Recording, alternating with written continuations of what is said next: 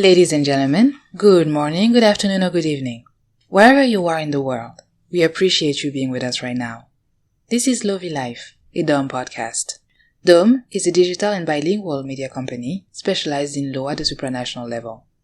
So, for all news, comments, analysis related to law in Africa and in the rest of the world, go to our website, dom-online.com, and follow us on our social media platforms, the links of which are listed below. This, however, is neither a technical nor a political podcast. To be honest, sometimes it's barely a legal one. The only prerequisite needed is to have an open mind and 30 minutes or so to spare. We sometimes will have guests from everywhere around the world, and we will always be keen to hear your thoughts.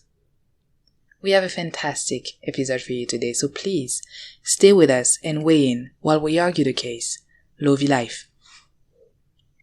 If I'm being honest, today's episode was absolutely unplanned and completely inspired by recent events and its coverage in the news.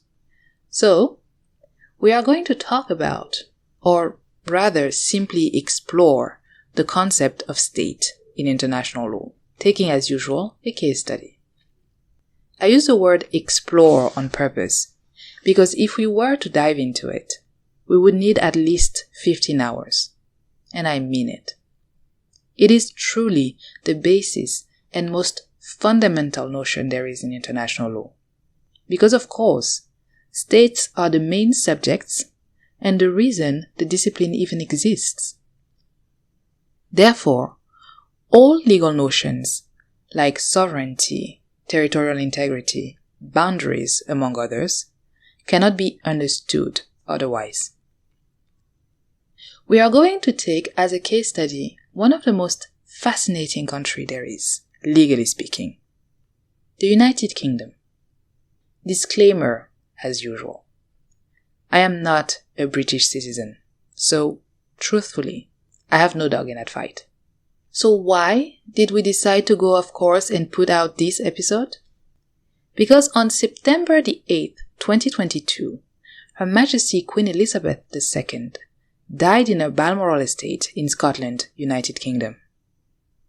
Her very sudden deterioration in health came as an unexpected turn of events, as, let's not forget, only 2 days prior, she met with Liz Truss, the newly appointed British Prime Minister. The last 3 weeks have been, and I do not like using this phrase, but I feel it is apt in this context, objectively historic. By any metric one wishes to use, the whole affair was unprecedented.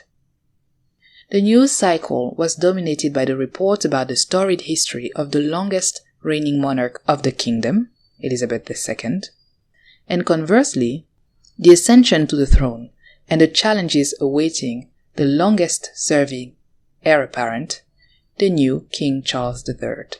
The British public queued for 14 hours to pay their respect to the coffin of the late monarch lying in state.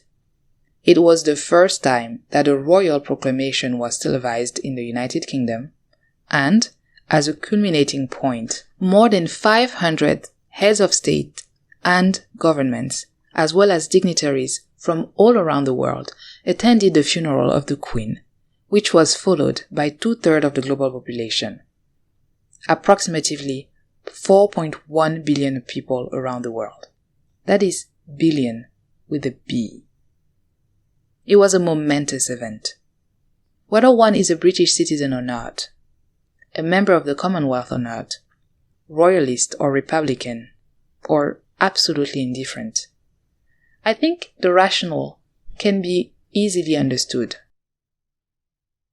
You see, up until September the 8th, 2022, if you were under 95, you have not known a world without Elizabeth Alexandra Mary of York in it, presumptive heir to the British throne. And if you are under 70, you have not known a world without Queen Elizabeth II as the reigning monarch of the United Kingdom. I'm not saying that one has to have deference or even care about all of it. But things do not cease to exist because they are being ignored. And as I said in the first episode of this series, one of the most important things in law and life is that you need to frame the issue. So, let's do just that. The United Kingdom and Northern Ireland is a constitutional monarchy.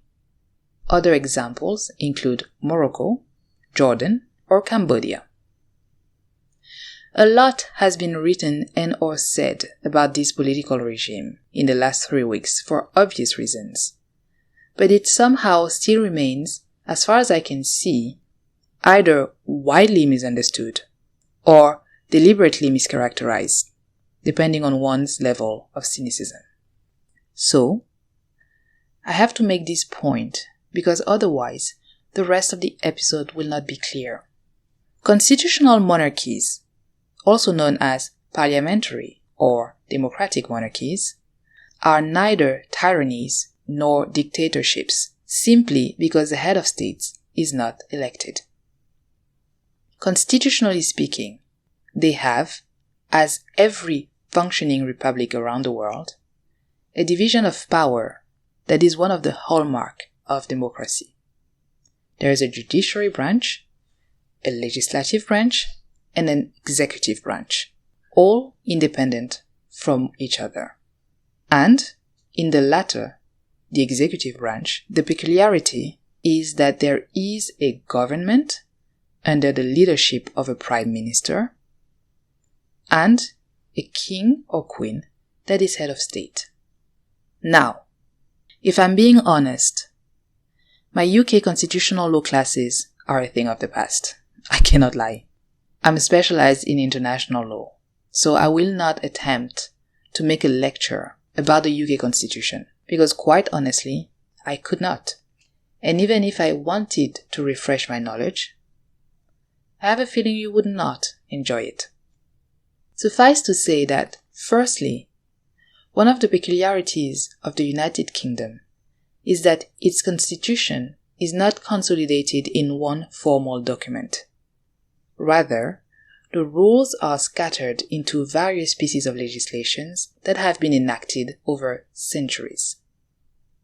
That is why, as an aside, as far as I'm concerned, constitutional lawyers in the United Kingdom are truly unsung heroes for the peaceful transfer of power.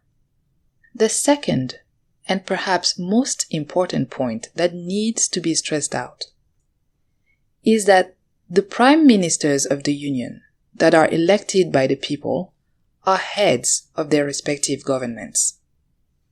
They set the political agenda of the country, its foreign policies, and implement actual measures.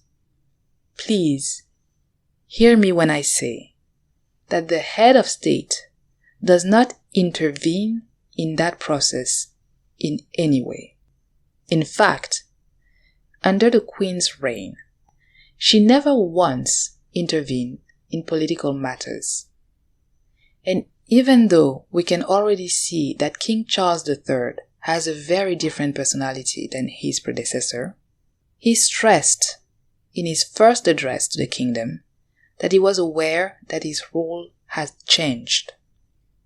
As a head of state, he will endeavor, and indeed will have, to be non-partisan or political. Practically speaking, the monarch interactions with the government consist mainly in a weekly briefing with the Prime Minister, the formal opening of Parliament every year, and giving royal assent, which is a stamp of approval put on a bill before it can become an act of Parliament. That's it. However, to say that the monarch only has a representative role is, I think, simplistic. Again, people do not queue for 14 hours for a figurehead. In a constitutional monarchy, the monarch has his or her role to play, and if it is performed dutifully, he, and certainly in the case of the departed queen, she becomes the symbol of the spiritual and temporal power of the British nation. Soldiers and spies swear allegiance to him or her and the country. James Bond certainly did. The Queen called her grandfather, King George VI, Grandpa England, when she was a baby. It is not only adorable, but essentially it's true. Kings and queens in constitutional monarchies, such as the United Kingdom, are, in effect, the depositories of common values, traditions, memories of their country, for better or for worse. The real difference between this system and a republic is, of course, that a president is elected and usually only has a limited number of terms, whereas a monarch gets his or her position by birth, which some may find utterly revolting and others completely logical. This has pros and cons, as just about everything else in life. The biggest advantage is that the monarch symbolizes the continuity of the state, which is enshrined in the phrase, "The king is dead, long live the king." Or, in the particular situation we're in, "God save the queen, long live the king," which is what we have heard for the past 3 weeks. That continuity is essential for any state and any system of governance. The moral authority may change in figure as different people ascend to the throne, but the crown is never vacant. The second a monarch dies, his or her heir becomes king or queen. The proclamation and coronation ceremonies simply formalize an already existing situation. The biggest drawback in constitutional monarchy is that in that system, by and large, the monarch cannot do what a newly elected president may and say that the failures of the previous administration are not his or her own. The reigning king or queen is a depository of the past action of his or her predecessors and, of course, their governments. He or she can try tactfully to amend or rectify previous terrible policies or position within the very narrowed parameters of the powers he or she holds, but it can only very rarely disown them because, good, bad, or ugly, it is part of the history of the country. Let's talk about the notion of state, taking the United Kingdom, starting in the 19th century, and see how it evolved and morphed. When Queen Elizabeth II was born, her grandfather, George VI, reigned over a true empire. The 19th century, certainly from 1815 to 1914, is referred by some historians as Britain's imperial century. Having defeated Napoleon, Britain's main rivals were at the time, interestingly enough, Russia and Central Asia, while being unchallenged at sea. The British Empire was composed of dominions, colonies, protectorates, mandates, and other territories ruled and or administered by the United Kingdom around the world. At its height, it was the largest empire in history and was referred to as, quote, the empire on which the sun never sets, end of quote. At the outset of the First World War in 1914, the British Empire held sway over 412 million people. Some were willing, others obviously were not. And by 1920, it covered 35.5 million kilometers square. That is 24% of the Earth's land total area.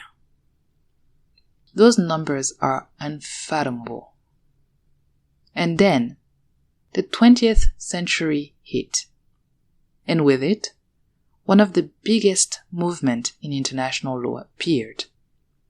The decolonization, especially in Africa and in the islands. The international landscape changed because of the multiplication of people and territories that claimed, and in many cases fought for independence, autonomy, the right to self-determination, the right to freely dispose of their resources, and essentially all the elements of a state. For obvious reasons, the previous status quo had become unsustainable, and the concept of sovereignty in international law was applied in waves across the world, with newly formed countries taking their independence from former colonial powers. That is not to say, and I want to stress this out because it is important, that the transition was always smooth or diplomatic or even lawful. Far from it. Countless people lost their lives fighting for the notion of state. And also, to be clear, we are not piling on the United Kingdom. We're just taking it as a case study to illustrate a legal point. But the country was not the only colonial power which had to morph, reinvent, and rethink itself in relation to its former dominions, colonies, and/or protectorates. Most notably, France has a colonial past which ramifications are still felt today. To come back, or perhaps rather arrive to the point at hand, two main issues are to be considered from the point of view of international law, which is the focus of DOME and my specialty. The first one is the question of the relationship between the former colonial power and its former colonies. As the British Empire gradually collapsed, there was no longer the notion of states in many of the former colonies and or dominion over which the United Kingdom reigned. However, the bond still existed, one way or the other. And on the ashes of that British Empire, the Commonwealth of Nations emerged and was constructed as a political association of countries that was formalized in its current form by the Statute of Westminster in 1931. As a supranational ensemble, the association endeavors to foster cooperation and strengthen bonds. Regional ensembles, international organizations, are very interesting for anyone working in international law because there is a dynamic that you cannot find in any other context. If you would like me to dive into the concept of international organization, please do let me know. I would be happy to do so. To come back to the Commonwealth, there is the specific question of the Commonwealth realms, for which the British monarch is still head of state. Aside for Great Britain and Northern Ireland, we are talking about the territories of Antigua and Barbuda, Australia, the Bahamas, Belize, Canada, Grenada, Jamaica, New Zealand, Papua New Guinea, St. Kitts and Nevis, St. Lucia, St. Vincent and the Grenadines, Solomon Islands, and Tuvalu. Some of these countries are expected to hold referenda in a not-too-distant future to decide if they will eventually become republics or remain as they currently are. Should they choose the former solution and go for the republic, that decision will have to be accepted by the British monarch at the time. And this is something that is lost on people when it comes to constitutional monarchy and certainly the United Kingdom. The king or queen does not, and indeed cannot, campaign in a traditional sense. Because again, his role, her role, is not a political one. Of course, he or she can travel to these countries to assure them of their importance for the Commonwealth realm, and or invite their leaders at Buckingham Palace. But the United Kingdom, and certainly its monarch, has no power over who lives or remain part of the Commonwealth realms. Under the reign of King Charles III, the Commonwealth may undergo very important changes, but to be fair to the new king, it would not be because of him. People all around the world want to take their destiny at hand. The late queen has seen and withstood a great deal over a 70-year-old period, and one can make the argument that this is a trade-off you make. On the one hand, as a head of state, you have a symbolic role and you have a very, very privileged lifestyle. And on the other, the king or queen has to withstand whatever comes his or her way. That is what they're here to do. Nothing more, but nothing less. The second very important legal question from an international point of view is that of the consequences of decolonization and the process that it entails. A very interesting example is the one of Mauritius. There is a case that has been delivered by the International Court of Justice that you can find on our website, dome-online.com. To present the issue as briefly as possible, Mauritius is located in the Indian Ocean and is composed of islands and atolls, colonized by the Dutch, then France, and became finally the property of the United Kingdom in 1810. The archipelago of Chagos was administered as a dependency of Mauritius and was treated as such in both law and in fact until 1965. However, around that time, the British government, and notice I say government, not the Queen, because although she was the head of state at that time, she had no sway over policies. The British government decided to create the British Indian Ocean Territory for strategic purposes, consisting of the Chagos Archipelago, detached from Mauritius, and the Aldabra, Farquhar, and Décroche Island, detached from Seychelles. And remember that this happened in the 60s, which was the height of the decolonization process in Africa. So, let's just say that both the idea and the timing were less than ideal. The United Nations General Assembly issued a declaration regarding the question of Mauritius in December 1965, in which it expressed deep concern about the detachment of certain islands from the territory of Mauritius for the purpose of establishing a military base, and invited, quote, the administering power to take no action that would dismember the territory of Mauritius and violate its territorial integrity, end of quote. The position was reiterated a year later without any significant change in the UK. Rather, on December 30th, 1966, the United Kingdom and the United States of America signed an agreement concerning the availability for defense purposes of the British Indian Ocean Territory. Because of this policy, all inhabitants of the Chagos were resettled and prevented from returning on the archipelago by the United Kingdom, despite Mauritius becoming an independent country in March 1968. Mauritius has tried ever since to have the archipelago reattached to it and organize the resettlement of the original inhabitant without success. This enterprise has had the backing of the African Union, which is more.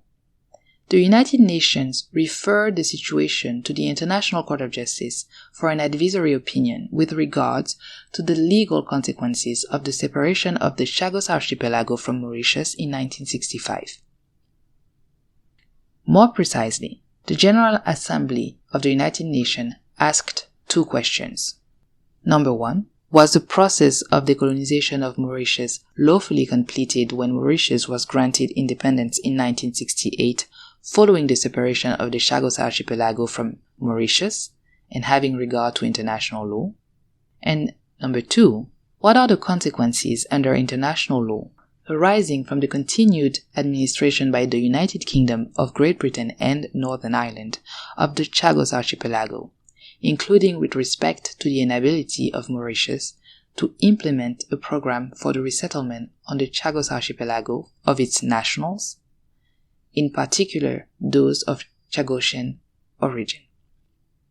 In its opinion delivered in 2019, and I insist it is only an opinion, meaning that it has no binding value, the court ruled that the United Kingdom, as the administering power, had to respect the territorial integrity of Mauritius, including the Chagos Archipelago. Therefore, by unlawfully detaching the archipelago and incorporating it into a new colony, quote, the process of decolonization of Mauritius was not validly completed at the time of this country's accession to independence in 1968. End of quote. With regard to the second question, the International Court of Justice ruled that the maintenance of the administration of the archipelago by the United Kingdom, quote, constitute a wrongful act entailing the international responsibility of that state. End of quote. And that the United Kingdom, quote again, has an obligation to bring to an end its administration of the Chagos Archipelago as rapidly as possible, and that all member states must cooperate with the United Nations to complete the decolonization of Mauritius. End of quote. As I said, this opinion was issued in 2019. We are in 2022, and nothing has changed. The death of Queen Elizabeth II has brought to the forefront many issues, this being one of the most critical ones. However, so far, the plea for a complete and total decolonization of Mauritius and other portions of territories of Seychelles remain unanswered. To be clear, it is the responsibility of the British government and not that of the monarch to take appropriate measures to end this situation. That is how a constitutional monarchy works. But, as a depositary of the history of his or her kingdom, the monarch will continue to crystallize tension, regardless of who calls the shot. And to be sure, that is part of his or her job. Shakespeare said it best, uneasy lies the head that wears a crown. Thank you so much for being with us today. I want to hear what you have to say. Do you have any comments, questions? Does it make sense? Does it not?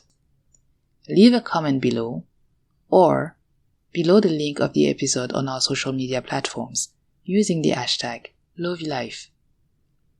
The transcript of the program will be available on Dome's website in both French and English. If you have enjoyed this episode, please consider sharing, liking it, and subscribing to the show. We have had some great episodes previously, and we would be very grateful if you would consider listening to them. We will be back with our next episode next Wednesday. In the meantime, please stay safe and take care of yourself.